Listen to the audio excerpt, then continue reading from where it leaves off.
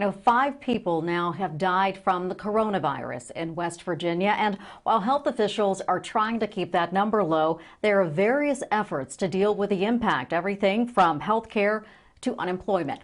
13 News chief political reporter Mark Curtis has details. Hello, everyone.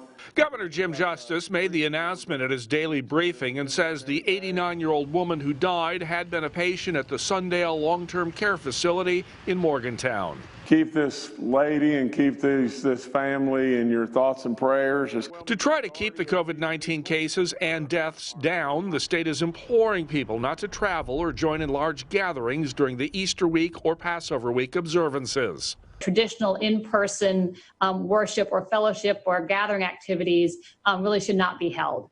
In other developments, the U.S. Senate is debating whether another $250 billion stimulus bill should be passed to help hospitals, especially in rural areas which are in danger of closing.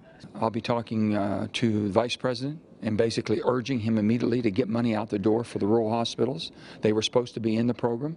They're not getting their money at all. They're not getting the loan programs they need. And on Friday, a third Workforce West Virginia 24-hour call center will open to help with unemployment claims. We processed 4,200 claims yesterday.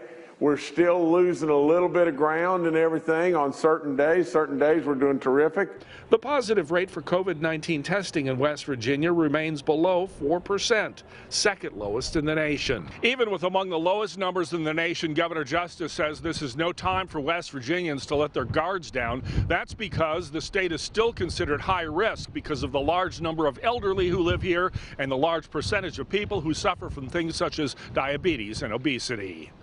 In Charleston, I'm Mark Curtis, 13 News, working for you.